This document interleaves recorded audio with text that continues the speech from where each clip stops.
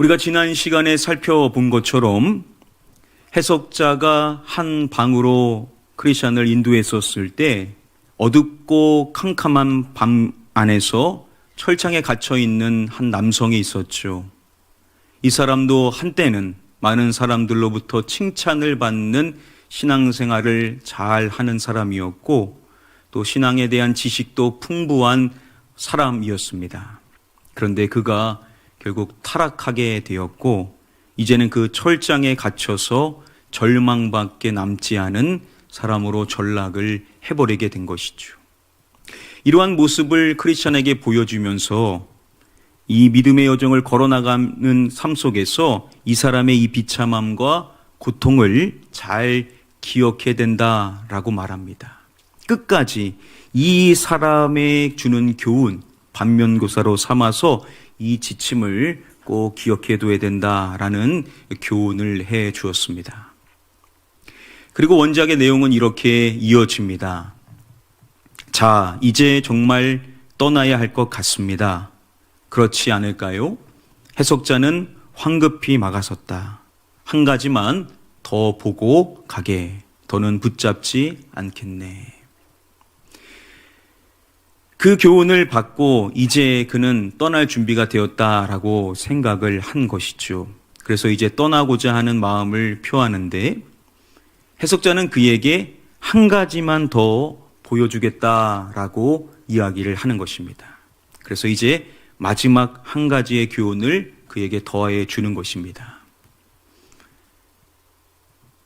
그러곤 크리스찬을 침실로 데려갔다. 한 남자가 막 잠자리에서 일어나 주섬주섬 옷을 입고 있는 참이었다. 무언가 큰 충격을 받았는지 와들와들 온몸을 떨고 있었다. 크리스찬이 물었다. 왜 저렇게 떠는 거죠? 해석자는 크리스찬을 한 침실로 데려갔었는데 거기에서는 한 남성이 매우 떨고 있는 모습을 보였었던 것입니다. 그래서 그렇게 떨고 있는 그 남성을 보면서 해석자에게 왜 이렇게 그가 떨고 있는지 묻는 것입니다. 해석자는 사내를 부르더니 몸을 떠는 까닭을 크리스찬에게 설명해 보라고 했다. 얘기는 이랬다.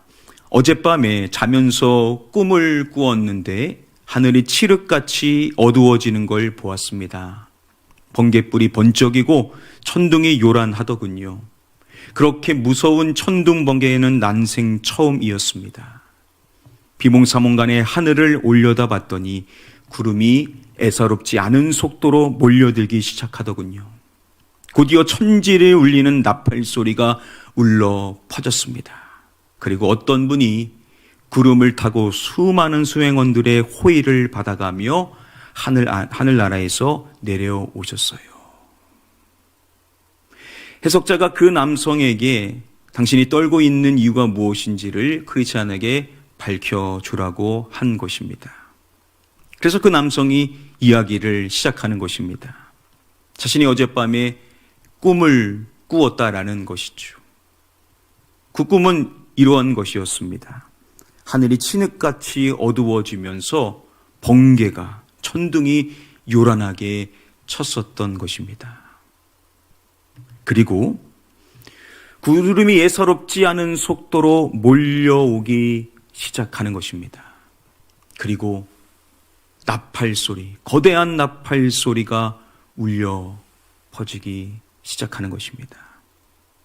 그리고 어떠한 분이 수많은 수행원들, 바로 천사들의 호의를 받아가면서 내려오시는 장면을 보게 된 것이죠. 모두들 타오르는 불꽃을 덧입고 있었습니다.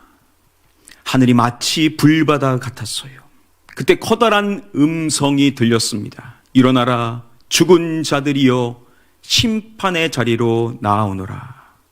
그러자 바위가 갈라지고 무덤이 열리면서 죽어서 그 안에 잠들었던 사람들이 걸어 나왔습니다. 기쁨을 주체하지 못하고 하늘을 우러러보는 이들이 있는가 하면 두려움에 질려 산속에 피하려는 무리도 적지 않았습니다. 그들의 모습을 보니까는 마치 불꽃을 덧입고 있는 것과 같은 모습이었다라는 것이죠. 그리고 음성이 들리게 되는데, 일어나라, 죽은 자들이여 심판의 자리로 나오너라 라는 음성이 들리게 된 것입니다. 그리고 바위가 갈라지더니 무덤이 열리면서 그 안에 잠들어 있던 사람들이 걸어 나오는 모습을 보게 된 것입니다. 그곳에서 그 모습을 보고 기뻐하는 무리가 있었던 것이죠.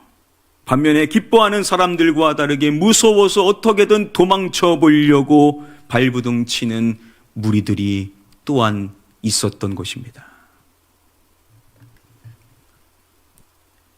구름 위에 앉으신 분인 책을 펼치시고 온 세상 사람들을 가까이 부르셨습니다. 주님 앞에는 연신 사나운 불길이 뿜어져 나와서 아무도 가까이 다가갈 수 없었습니다. 마치 재판장과 죄인 사이를 난간이 가로막고 있는 형국이었습니다. 구름 위에 낮으신 분은 늘어선 하늘나라의 군사들에게 호령하셨습니다. 가라지와 쭉정이 잡풀들을 샅샅이 거두다가 활활 타오르는 불못에 던져버려라. 그 구름 위에 앉으셨었던 그분이 책을 펼치시니까 온 세상 사람들을 다 가까이 부르시는 것입니다.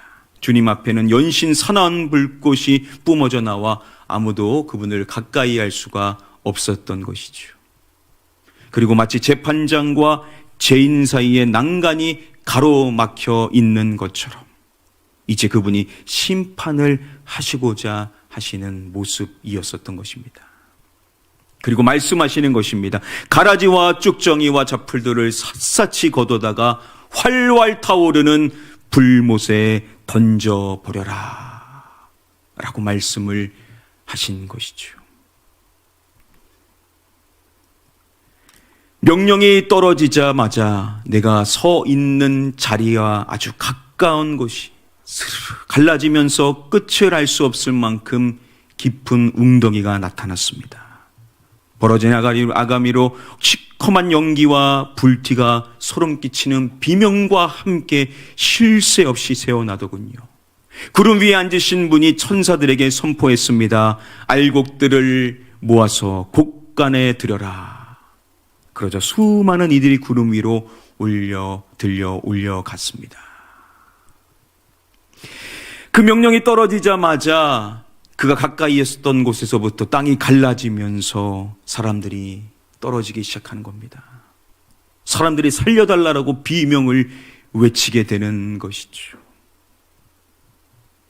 그리고 그 주님께서 명령하시기를 알곡들을 모아서 곡간에 들여라 라고 말씀을 하시는 것이죠.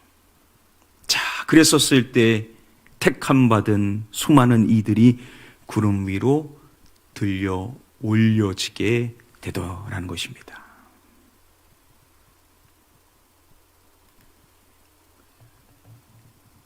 하지만 난 뒤에 남고 말았습니다. 어디든 숨고 싶었지만 그럴 수가 없었습니다. 구름 위에 앉으신 분이 뚫어져라 지켜보고 계셨기 때문이었습니다. 그동안 지은 죄가 낱낱이 떠올랐습니다. 양심이 인정사정 두지 않고 날 고발했습니다. 바로 그 순간 화들짝 놀라서 잠이 깼습니다. 그 광경을 지켜봤었던 그 남성은 숨고 싶었지만 그럴 수가 없었던 것이죠. 주님께서 자신을 뚫어져라 보시고 계셨기 때문이었었던 겁니다. 그리고 그동안 자신이 지었었던 수많은 죄악들, 그동안 잊고 살았었던 알게 모르게 지은 그 모든 죄들이 드러나게 되는 것이죠. 자신의 양심이 그 모든 것들을 낱낱이 고발했었던 것입니다. 자, 이러한 꿈을 꾸고 그가 깜짝 놀라 잠에서 깨게 되었다라는 것이죠.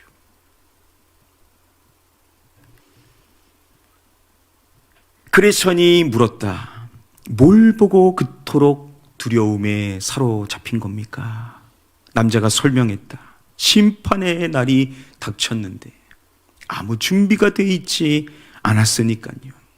하지만 무엇보다도 겁났던 건 바로 따로 있습니다. 하늘나라의 군사들이 수많은 백성들을 데려가면서 난 거들떠 보지도 않았다는 점입니다.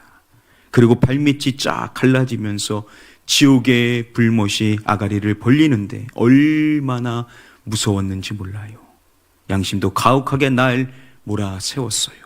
높으신 재판장이 날 똑바로 쳐다보시군요. 분노가 가득한 눈이었어요. 두려워 떨고 있는 그 남성에게 어떠한 이유로 그가 떨고 있는지를 직접적으로 묻는 것입니다. 자, 그때 그가 먼저 답한 것이 그 심판의 날이 닥쳤는데 자신이 아무런 준비가 되어 있지 않았다라는 것이죠. 아무런 준비가 되어 있지 않은 상태로 심판을 맞이하게 되는 자신으로 인한 너무나 두려움을 느꼈던 것입니다. 그리고 그 심판의 불못이 휩고 오르고 있는 그 광경 속에서 자신은 거들떠 보지도 않는 하늘나라의 군사들이 자신을 그냥 두고 있는 그 모습 앞에 그 지옥의 불꽃을 보면서 그는 너무나도 큰 두려움에 사로잡혔었던 것입니다.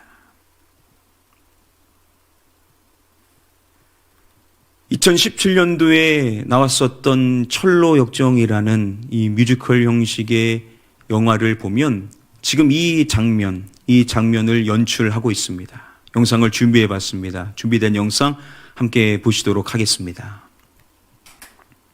Come one more thing I'll show you and send you on your way.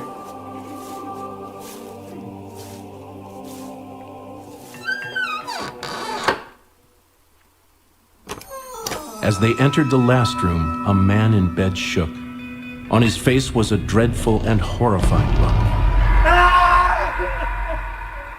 Sir, why are you in terror?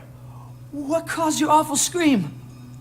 This night in my sleep, I have dreamed a terrible dream. The heavens grew black, and the skies roared with lightning, and in agony I looked up at the clouds, dark and frightening. Then I heard a trumpet blast from heaven so loud. On a white horse rode a man, on a fiery cloud. 10,000s from heaven followed him in the flame, as he returned from heaven the whole world to reclaim. The sky and the earth were both melting away, and a loud voice from heaven said, "Rise for judgment day." Graveyards, cemeteries, and every single tomb were opened up, and many came forth to their doom. His coming brought joy for some, but for others only fear, as he opened up his book and summoned the whole world to draw near. His people he placed at his right, but called his angels to take the tares and the goats at his left, and cast them into the burning lake. Then I stood above the pit of hell, and just as the judge spoke, the bottomless pit opened up full of fire, brimstone, and smoke. And I sought to hide myself from him, but nowhere could I find. His eyes were watching me closely, and all my sins came to mind.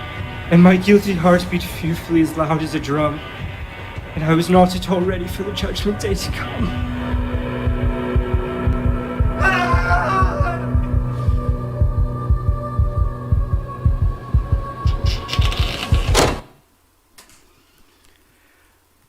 바로 그곳에는 한 남성이 매우 무서워하는 모습으로 떨고 있었던 것이죠.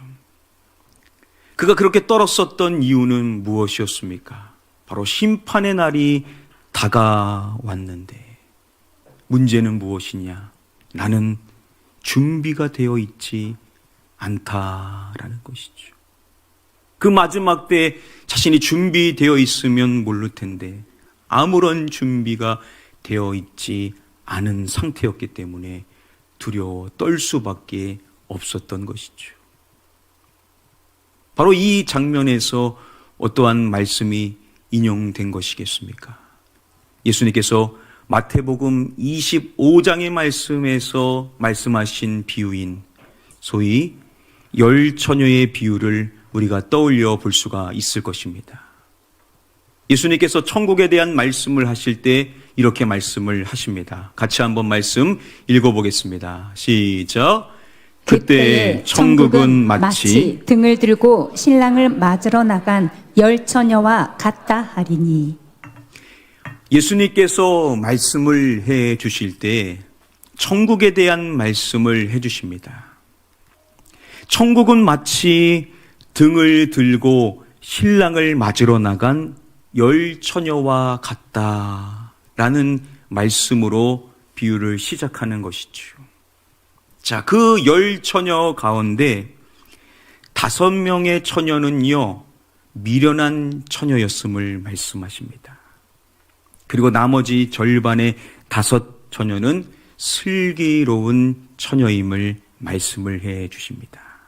절반을 말씀하셔서 절반은 미련하고 절반은 슬기 있는 자들이었다라는 것이죠. 이 가운데 미련한 자들은 등을 가지고 있지만 기름을 가지고 있지 않은 상태였었습니다. 반면 슬기 있는 자들은 기름을 담아 등과 함께 지니고 있었던 것이죠. 자, 그런데 신랑이 더디 오게 되는 것입니다. 그러니까 기다리던 그들 모두가 다 지쳐서 졸게 된 것입니다. 그렇게 처음에는 졸다가 이제는 모두가 다 잠이 들게 된 상황인 것입니다. 모두가 다 잠들어 있는 것인데 그때 소리가 들리는 것입니다. 보라, 신랑이로다, 맞으러 나오라 라고 누군가가 큰 소리로 외치는 것입니다. 자, 그랬었을 때 이 미련한 처녀들이 슬기로운 자들에게 말하는 것입니다. 자신들의 등불이 꺼져가니까 기름을 좀 나눠달라라고 부탁을 하는 것이죠. 자, 그런데 그렇게 할 수 없는 상황이지 않습니까? 그래서 어떻게 합니까? 어쩔 수 없이 늦었지만 지금이라도 기름을 살기 위하여서 5명의 그 처녀가 자리를 뜨게 되는 것입니다. 자, 그렇게 그들이 기름을 사러 나간 사이에 신랑이 오게 된 것이고 준비되었었던 그 5명은 혼인잔치에 들어가게 되는데 그리고 나서 문이 닫혀 버리게 된 것입니다. 뒤늦게 그 5명의 기름을 사고 와서 주여 우리에게 열어주소서라고 자신들이 왔으니까 지금이라도 문을 열어달라라고 애청하는 것입니다. 자, 그런데 안에서 들리는 음성은 무엇입니까? 내가 너희를 알지 못하노라. 그들은 들어갈 수가 없었던 것이죠. 뮤지컬 철로역정을 연출한 서인영 연출가가 이 열 처녀의 비유에 대한 이야기를 할 때 이러한 설명을 해줍니다. 천국 혼인잔치에 들어가기 위해 신랑을 기다리던 열 처녀의 이야기 다들 아시죠? 기름을 준비했던 슬기로운 5 처녀들은 혼인잔치에 참여할 수 있었지만 준비하지 못한 미련한 5 처녀들은 거절당했죠. 이 이야기는 언제 오실지 모르는 주님을 기다리며 항상 준비해야 하는 신앙인의 자세를 가르쳐주고 있습니다. 그런즉 깨어 있으라. 너희는 그날과 그때를 알지 못하니라. 지금 이 비유의 이 말씀, 바로 주님께서 오실 것을 준비하는, 예비하는 우리 모든 믿음의 성도들의 신앙인의 자세를 교훈해 주는 말씀이라는 것이죠. 우리 모두는 다 다시 오실 예수 그리스도를 기다리고 있는 자인 줄 믿습니다. 주님은 분명히 다시 오십니다. 주님이 다시 오시게 되신 날은 우리가 알 수 없음에 대한 말씀을 해주시면서 예수님께서 이 교훈의 말씀을 이어서 해주시게 되시는 것이죠. 우리 같이 한번 말씀 읽어보도록 하겠습니다. 시작. 그런즉 깨어 있으라. 너희는 그 날과 그때를 알지 못하느니라. 아멘. 우리 주님께서 우리에게 말씀하십니다. 깨어 있으라. 저와 여러분들은 그 주님이 오실 날과 그때를 알지 못한다라고 말씀을 해주심으로써 이 세상 그 누구도 주님이 언제 오시는지는 알 수 없죠. 지금껏 많은 이단들이 주님이 언제 오신다라는 거짓된 이야기를 했습니다. 항상 여러분, 언제라고 말하면 그 사람은 100% 이단입니다. 언제 메시에 오신다라고 한마디만 입에 끊으면 그 사람은 그냥 이단이고 교주다라고 생각을 하시면 되십니다. 주님도 모르신다고 하셨습니다. 아버지밖에 모른다고 하셨습니다. 예수님이 모르는데 어떻게 본인이 알 수가 있습니까? 우리 모두는 다 알 수가 없다라는 거죠. 그래서 우리가 항상 뭐 하고 있어야 된다라고요? 깨어 있어야만 한다라고 우리 주님께서 말씀을 해주시는 것입니다. 같은 맥락의 말씀으로서 누가복음의 말씀을 보면 누가복음 21장 34절 말씀에서 예수님께서 이렇게 말씀을 하십니다. 너희는 스스로 조심하라. 그렇지 않으면 방탕함과 술 취함과 생활의 염려로 마음이 둔하여지고 뜻밖의 그날이 덫과 같이 너희에게 임하리라. 주님께서 말씀하십니다. 너희는 스스로 조심하라. 우리가 늘 조심해야 한다라는 겁니다. 누가 조심하라라고 말하지 않아도 스스로 조심하는 삶을 살아가야 한다라고 예수님이 교훈을 해 주신 것이죠. 말세에 갈수록 그러한 긴장관계가 느슨해질 수밖에 없습니다. 그러한 교훈을 말하지 않게 될 것입니다. 그렇다고 여러분들 나는 몰랐는데요 하시면 안 됩니다. 스스로 주님이 조심하라고 말씀을 우리에게 해 주시는 것이죠. 그러면서 교훈하시는 내용이 뭡니까? 그렇지 않으면 방탕함과 술 취함과 생활의 염려로 마음이 둔하여지고. 여러분, 오늘날 세상의 모습이 딱 이와 같지 않습니까? 방탕함과 술 취함과 생활의 염려. 많은 사람들이 방탕한 인생의 삶을 삽니다. 술 취한 인생의 삶을 살고 어떻게 인생을 살아가야 될까라는 염려로 가득하여서 그 염려에 빠져 살아가고 있는 현대인들의 모습을 우리가 그려볼 수가 있죠. 이게 일반이라는 겁니다. 그러한 세상 사람들 속에서 우리 믿는 사람들이 조심하지 않으면 마음이 어떻게 된다라고요? 둔하여지게 된다는 겁니다. 둔해지는 겁니다. 여러분, 둔한 사람 어떻습니까? 성령님께서 우리의 마음에 조심하라는 음성을 계속해서 주시는데 우리가 깨어있지 않으면 마음이 둔해여지게 된다는 겁니다. 깨닫지를 못하는 겁니다. 경각심을 갖지 못하고 지금이 어떠한 교훈을 우리에게 주시는지를 우리가 분별하지를 못하게 된다는 겁니다. 왜냐? 세상 사람들이 방탕하게 인생을 살고 술 취하여 인생 살고 생활의 염려로 가득하여서 인생을 살아가는 그들의 삶의 모습을 보면서 믿는 자들 역시도 영향을 받아서 마음이 둔해질 수가 있게 되더라는 것이죠. 이러면 어떻게 되냐? 주님이 말씀하십니다. 뜻밖의 그날이 덕과 같이 너희에게 임하리라. 지금 믿지 않는 사람들에게 이 말씀을 하시는 것이 아닙니다. 자신을 따른다라고 하는 자신의 제자들을 향하여 주님이 하시는 말씀이 뭐냐면 너희가 조심하지 않으면 스스로 깨어있지 않는다라고 한다면 너희들이 이 세상 사람들과 같이 술 취하고 방탕하며 생활의 염려로 마음이 둔하여짐으로 말미암아 그 날이 덕과 같이 뜻하지 않게 너희에게 임하게 될 것이다. 여러분, 얼마나 우리가 깨어 있어야 하냐라는 것이죠. 얼마나 조심하면서 신앙생활을 해야 하냐라는 것이죠. 우리 주님이 언제 오실지를 모릅니다. 여러분, 주님이 다시 오시는 그날에 마치 노아의 홍수의 때와 같이 무엇을 먹을까? 무엇을 마실까? 언제 장가를 가야 될까? 언제 뭘 사야 될까? 언제 이것을 마련해야 될까? 사람들이 그 생각에 빠져 있다라고 하지 않습니까? 우리 주님 다시 오신 날에도 그렇다라는 겁니다. 아, 어떻게 인생을 살아가야 되지?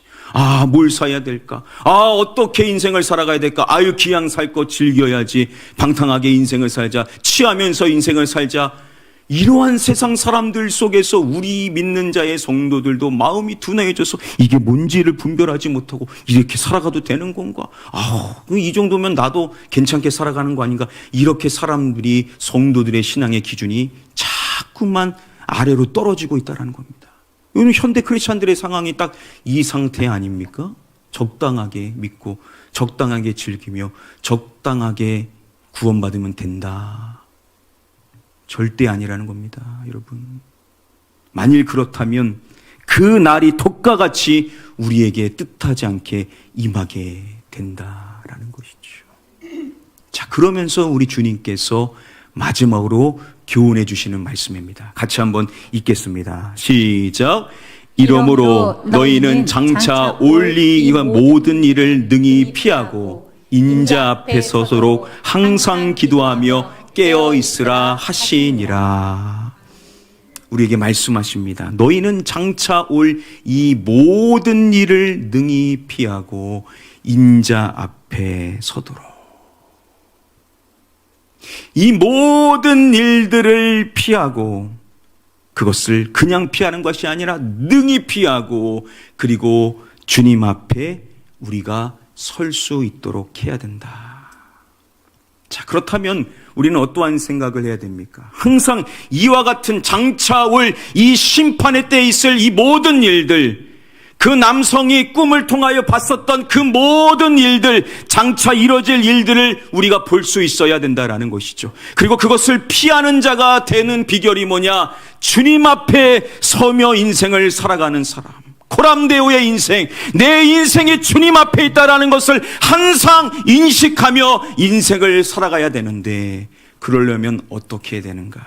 우리 주님 말씀해 주시죠. 깨어 있으라. 따라해 보겠습니다. 깨어 있으라. 우리 주님이 똑같은 말씀으로 깨어 있으라 라고 말씀을 해 주실 때 먼저 덧붙여 해 주시는 말씀이 이것을 하며 깨어 있으라 라고 주님께서 말씀을 해 주시는 것입니다. 뭐 하며 깨어 있으라고요? 기도하며 깨어 있으라. 따라해 보겠습니다. 기도하며 깨어 있으라. 여러분, 우리는 기도하며 깨어 있어야 될 줄 믿습니다. 여러분들이야말로 정말 깨어 있어야 될 사람들이 아닙니까? 여러분들이 안 깨어 있으면 어떻게 성도들이 깨어 있어야 되는 것을 알 수 있습니까?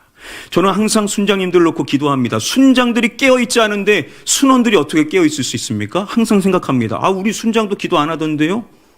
아, 우리 순장님도 안 나오던데요? 우리 순장님도 예배 안 나오시던데요? 저는 이런 얘기를 듣습니다, 실제로. 그러면 얼마나 마음이 안타깝습니까? 그분도 사정이 있으시죠. 그분이 원래 잘 나오셨습니다. 저는 이렇게 말씀을 드리지만, 그러나 사람들이 그러는 겁니다. 아니, 이 사람도 안 깨어 있는데, 아, 이 사람도 기도 안 하는데, 아, 이 사람도 그렇게 안 하는데 왜 내가 그렇게 해야 됩니까? 여러분, 여러분들이 기준을 잘 잡아주시기를 주님의 이름으로 부탁을 드립니다.